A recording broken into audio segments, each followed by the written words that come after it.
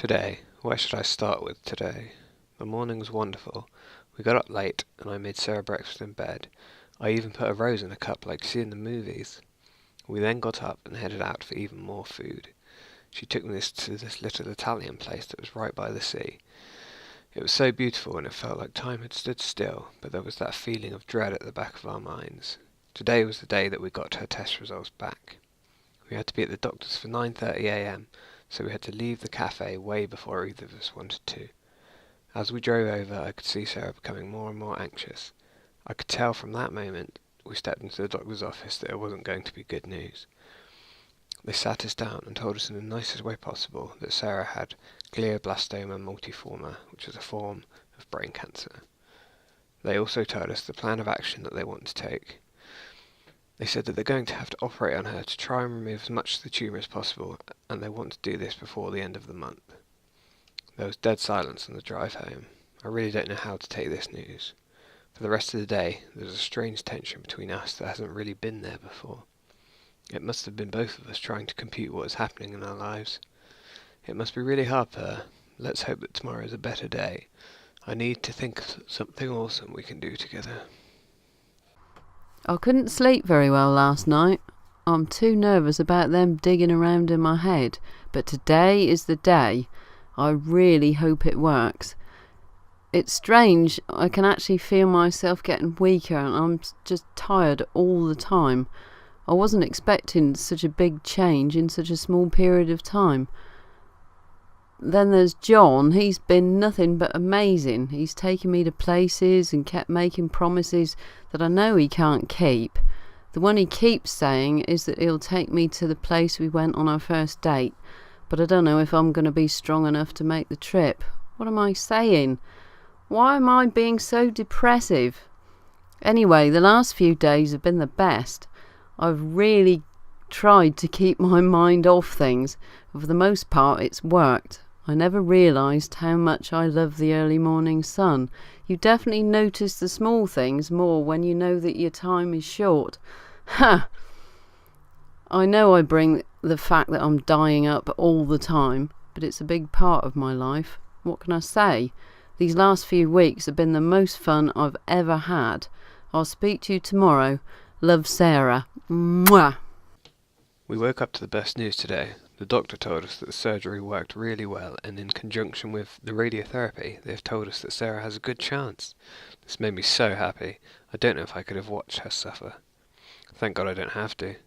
I was so ecstatic, I felt like jumping around the house and singing in the street, but didn't because I didn't want to make a fool of myself. So what did I do? I thought, hey, let's go to that little Italian restaurant by the sea, as it was the place that was the beginning of all of this. Everything was going really well until Sarah broke down in floods of tears. I think this was an outburst of relief, and I got a lump in my throat. It's good to think that we are going to get through this. We then spent the rest of the day chilling on the beach. It was so peaceful. We then spent the evening in front of the TV watching really bad horror movies like the good old days.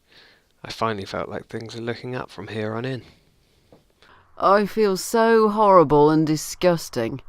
How can John continue to love me? Although the doctor says it was looking good to start with, they didn't expect it to continue to grow, and now I'm just a husk of the person I used to be. I can't keep any food in. My hair's falling out and I've lost so much weight. I look like a skeleton. And don't get me started on the seizures. I never knew how terrifying they could be. I've started to notice that I'm not acting like I used to. I find myself being angry all the time, and I've started to take it out on John. I have no idea why he stays around. If I didn't keep a diary, I think I'd just go insane. I think being able to vent and let off steam has kept me going. I don't know why any of the treatment is working anymore. It sure as hell doesn't feel like it, and I don't know how much longer I'll be able to fight it either. It's just so hard to stay positive when you feel so shit all the time. Sometimes I wish it would just end, but then I realise I'm stronger than that and can get through this. It's just a hiccup on the journey they call life. There are so many other things that I want to do, and I hope I'm around long enough to do them. It's safe to say that I'm not ready to die, and I sure as hell don't want to. Love, Sarah. Mwah. I'm writing this just because I need to get my thoughts down on paper. Watching Sarah slowly die is the hardest thing I've ever had to do. She's clearly in so much pain and I feel like she's starting to give up. I don't know how much longer I can stand here and watch this happen. She's been lashing out at me, saying that she doesn't want me around, and she thinks that I hate her. I'm starting to believe she doesn't want to see me anymore. I don't know what I would do without her, but I can't just stand by and watch this happen.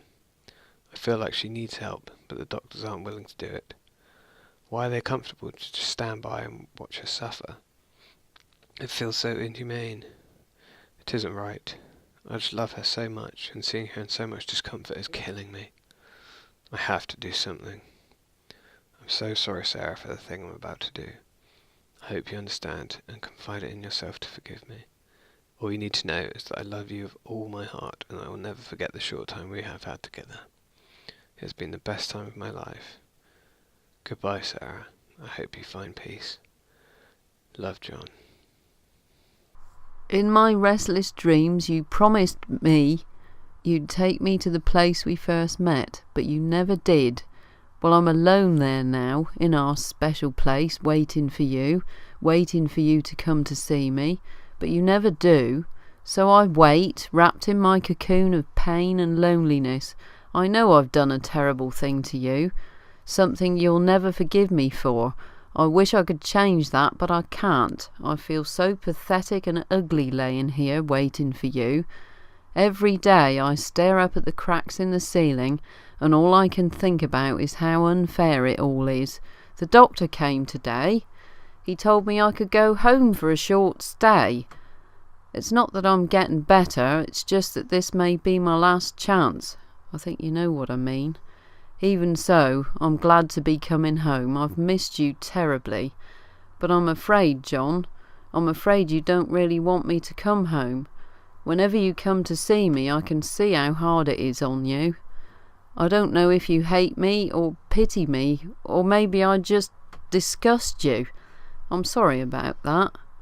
When I first learned that I was going to die, I just didn't want to accept it. I was so angry all the time, and I struck out at everyone I love most, especially you, John.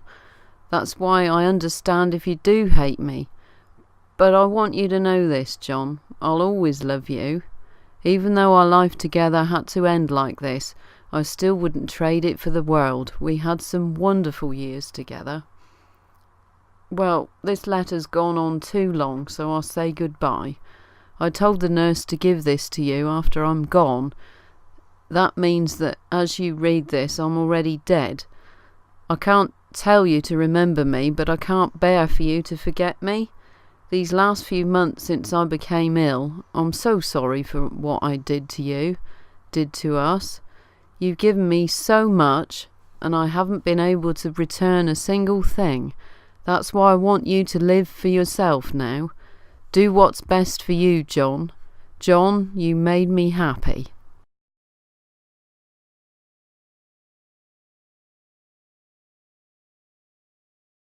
This is Dr. Collins about to interview patient 117, Jonathan Emmental. He's male and 25 years of age. The patient has suffered from severe mental trauma and has slowly shown steady improvement over the last few years, but is still denying the events that took place on August 26th. In today's session, we are going to discuss his wife and the events that took place that day.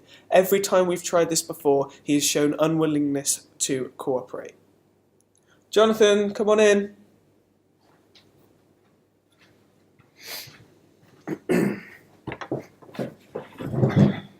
Hi, John. How are you today? Had a good week? It was alright. Have you been sleeping? Not really. Why not? Have you been taking your meds? No, sometimes. But no. You should really be doing that. Do you mind if I ask you some questions about your wife? If you want. Okay, let's begin with, how did you meet? It was a while ago in a coffee shop. She was behind me in the line. I offered to buy her coffee, and the rest is history. Oh, can you describe what she was like? What she looked like? Brunette with the most amazing hair ever.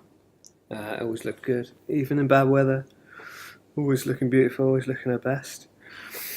She always used to make me smile, even in the worst situations, like time we were stuck in Mexico. Our cards got locked, so we couldn't get any money out of the banks. She managed to make it into a good situation, like she did with most situations. Why do you say most? Do you have a specific occasion in mind where this wasn't the case?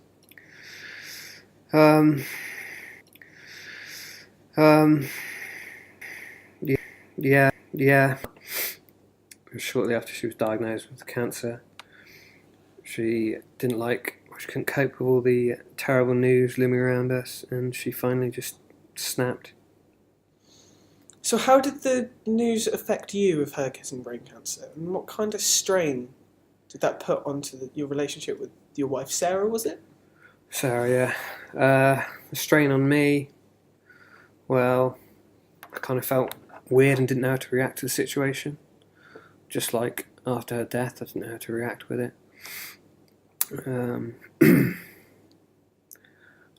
Our relationship seemed to improve, though, somehow.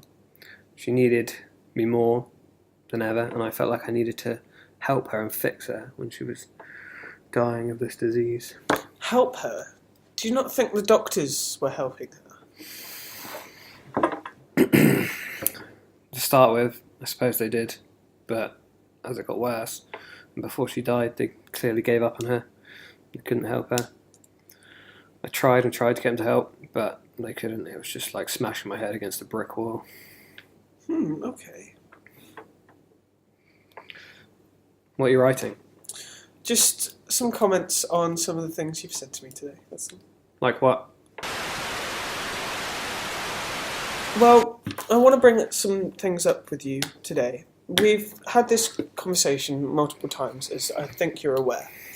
And each time we have it, your behaviour and answers are almost exactly the same. One thing that happens is we always talk about your wife, and you always seem to forget about the events that took place on August 26th. What do you mean? She died of cancer. No, John. Yes, she had cancer, and yes, she was very weak. But that's not what killed her. You killed her, John. We found evidence that you did this. There's camera footage as well as some emails left saying what you were going to do and that you were sorry for it. No, it's not true. It can't be. I loved her. I wouldn't do that to her.